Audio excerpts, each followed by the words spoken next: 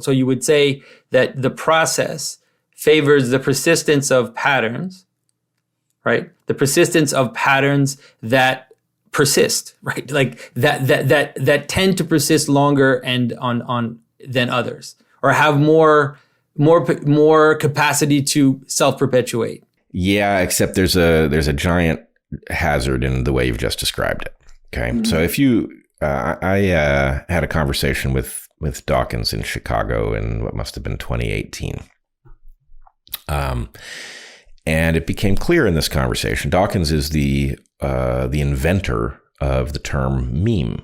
And the idea of meme is, I regard it as one of the most important innovations of the latter half of the 20th century. It is the key to understanding humans. But the way Dawkins understands it, memes are an analogous space to genes, right? That basically, and he, in fact, in chapter 11 of The Selfish Gene, where he introduces the idea, he says that memes are effectively a new primeval soup. And he says it has similar rules to the rules that govern the evolution of genes. Now, this is an error. I don't fault him for the error. You know, everybody makes errors as they introduce an important new hypothesis.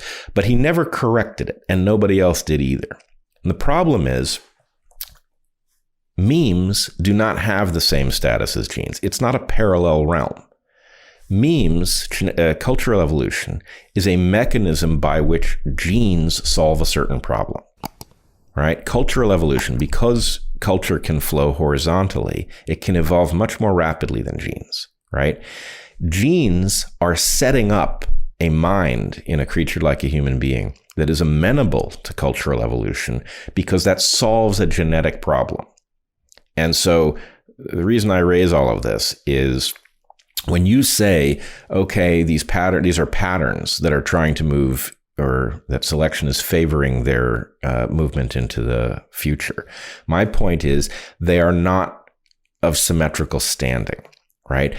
And this is, you will understand easily, but other people will mishear. I'm not arguing that this is positive in a normative sense, but this is an is and not an ought.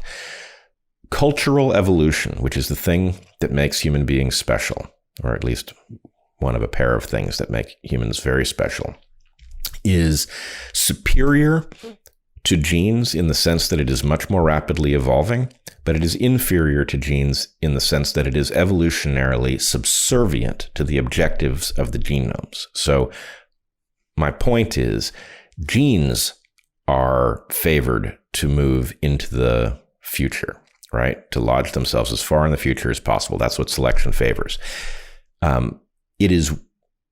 Selection is willing to swap out and kill off mimetic patterns, that is cultural patterns, in order to lodge genes into the future, right? Mm-hmm. So that is to say, to take an example, if you move to Beijing, right, and you get married, you have some children, your children will speak Mandarin, right?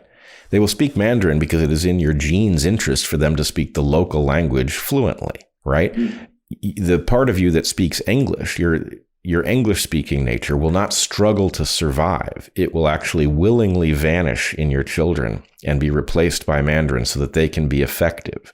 And this is a general pattern. The cultural traits that we have are means to a genetic end.